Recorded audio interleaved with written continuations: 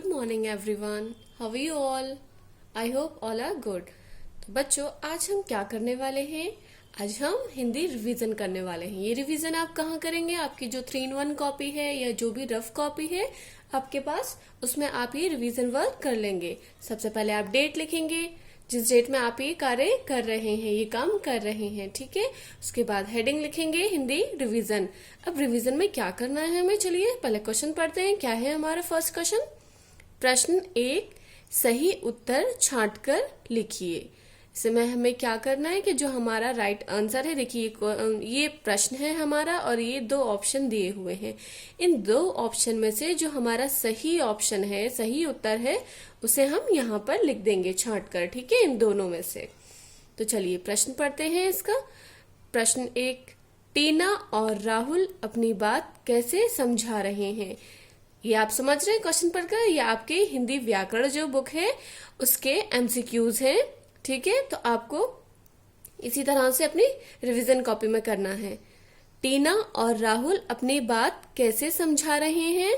लिखकर या बोलकर? जब मैंने आपको चैप्टर रीड कराया था, आपको समझाया था कि वो टीना और राहुल जो थे वो आपस में बातें कर रहे थे। कैसे कर रहे थे? लिखकर कर रहे थे या बोलकर कर रहे थे? अब मैं आपसे कुछ कह रही हूं तो मैं बताइए, हम आपस में बातें कर रहे हैं जैसे, तो हम बोलकर कर रहे हैं ना, लिखकर तो नहीं कर रहे हैं। तो ठीक है, इसी तरह से वो दोनों बच्चे टीना और राहुल आपस में बातें कर रहे थे। वो कैसे कर रहे थे? बोलकर कर रहे थे, ठीक है। तो आपका राइट आंसर जो है, सही उत्तर जो है वो कौन सा है? बोलकर, ठीक है। ये वाला नहीं है, ये है सेकंड वाला ऑप्शन है आपका राइट। तो आप यहाँ पर इस तरह से लिख देंगे, बोलकर। बा ओ की मात्रा, ल क रा, बोलकर, ठीक है। इस तरह से आपको करना है। प्रश्न 2, मंजुला पत्र में अपनी बात कैसे कह रही है? अब यहाँ पर देखिए पत्र यानी चिट्ठी, चिट्ठी की बात हो रही है, तो हम चिट्ठी तो लिखकर ही हम किसी को देते हैं ना। हम अपनी बात लिखकर ही किसी तक पहुंचाते हैं पत्र के जरिए, यानी चिट्ठी के जरिए। तो यहाँ पर वैसे ही पता चल रहा है पत्र की बात हो रही है तो कि लिखकर ही दिया जाता है पत्र तो या चिट्ठी, ठीक है। तो यहाँ पर बोलकर या लिखकर, बताइए कौन सा ऑप्शन सही है? लिखकर। तो आप यहाँ पर लिख देंगे जो आपका राइट आंसर है, ठीक है। अब आता है आपका प्रश्न 3, भाषा के रूप हैं 2 या 4? जब मैंने आपको समझाया था, आपको याद है मैंने कितने रूप बताए थे भाषा के? कितने बताए थे, याद आया? 2। लिखकर यानी लिखित और बोलकर यानी मौखिक। तो यहाँ पर आपका सही ऑप्शन क्या है? 2। वो यहाँ पर आप लिख देंगे। अब है ये प्रश्न 4, मुख से निकली ध्वनि क्या कहलाती है? ध्वनि यानी आवाज क्या कहलाती है? वर्ड या गीत? क्या बताया था मैंने आपको जब चैप्टर 2 समझाया था, वर्ण और वर्णमाला? तो उसमें आपने क्या सीखा था कि जो हमारी मुंह से या मुख से जो भी ध्वनि आवाज निकलती है उसे हम क्या कहते हैं? वर्ण कहते हैं। तो आपका राइट आंसर क्या है? वर्ण। तो यहाँ पर आप लिख देंगे वर्ण, ठीक है। वर्ण या अक्षर, ठीक है। जो भी हमारे मुंह से ध्वनि निकलती है या आवाज निकलती है उसे हम वर्ण या अक्षर कहते हैं। तो यहाँ पर अक्षर तो दिया हुआ नहीं है ना ऑप्शन में, यहाँ पर वर्ण दिया हुआ है, ठीक है। तो आप वर्ण लिख देंगे।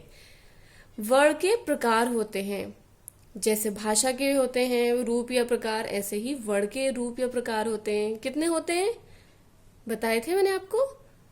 यस, याद आया? 2, स्वर और व्यंजन। तो यहाँ पर भी आपका ऑप्शन क्या आएगा? 2। यहाँ पर लिख देंगे आप। अब आपका है प्रश्न 2, तरबूज पर 5 वाक्य लिखिए।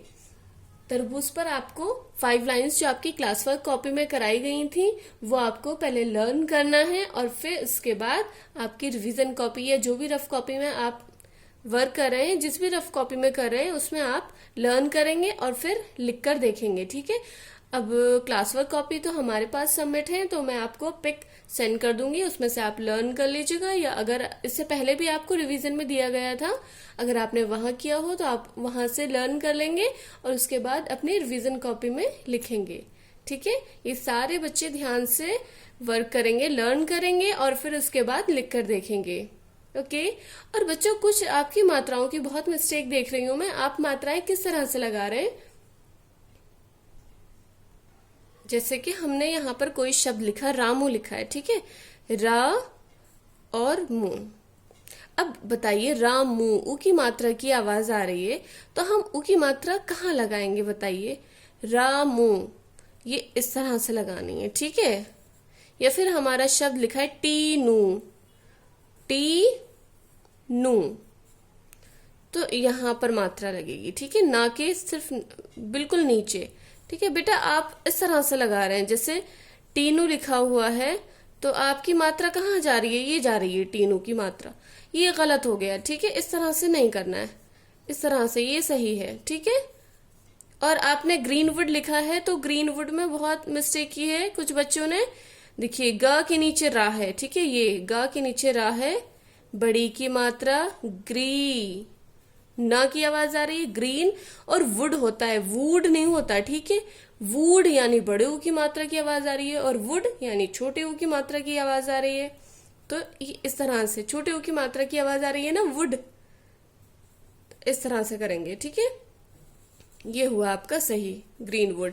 और कुछ बच्चों ने कैसे लिखा है ग्रीनवुड, इस तरह से, ये ग्रीन और वुड, ग्रीन वुड कर दिया है, ये गलत है, ठीक है। इस तरह से नहीं करना है, ये करना है इस तरह से। या फिर ये इस तरह से भी री की मात्रा नहीं लगेगी, ये भी गलत है, इस तरह से लगनी है, ठीक है। तो आपको मात्राओं का ध्यान रखना है, आपको मात्राएं बिल्कुल जिस वर्ड के नीचे आ रही है वहीं पर लगानी है, ठीक है। ऐसे नहीं लगानी है कि हमारा जैसे कोई और शब्द ले लेते हैं, जैसे भालू है। अब भालू हमारा शब्द है, ला के नीचे आवाज आ रही है और हमने मात्रा लगा दी है यहाँ पर, ये भी गलत है, ठीक है। ला के ठीक नीचे लगानी है, भालू, इस तरह से, ठीक है। मात्राओं का आपको ध्यान रखना है, सही मात्राएं लगानी है आपको। अगर आप इस तरह से एग्जाम में भी लगाएंगे तो आपके मार्क्स कट हो जाएंगे। और एक चीज और बेटा, आप जब मैंने आपको बताया था, जहां हमारा वर्क कंप्लीट हो जाता है, हमारा मतलब जैसे कोई क्वेश्चन है या फिर कोई भी सेंटेंस है हमारा कंप्लीट हो गया है, तो उसके बाद हम विराम लगाते हैं, ये ठीक है, ये हमारा पूर्ण विराम है, एक स्टैंडिंग लाइन सीधी। और आप इसके नीचे जैसे डॉट लगा देते हैं, ये इस तरह से, तो ये गलत हो जाता है, ठीक है। ये गलत है, इस तरह से डॉट नहीं लगाना है आपको, ठीक है। ये होता है हमारा पूर्ण विराम, ठीक है। ये दूसरा साइन हो जाता है, ठीक है, जिसमें आदिबोधक चिन्ह बोलते हैं इसको, ठीक है। तो आपको इस तरह से डॉट नहीं लगानी है, ये एक सीधी स्टैंडिंग लाइन है, इसी तरह से बनाना है, इसके नीचे डॉट नहीं लगाना है। तो आपको जो रिवीजन वर्क दिया है बेटा, वो आप ध्यान से लर्न करेंगे, फिर आपकी जो रफ कॉपी है, ये जो भी रिवीजन कॉपी है, उसमें आप लर्न कर याद कर मतलब लिखेंगे, ठीक है। Okay, bye bye.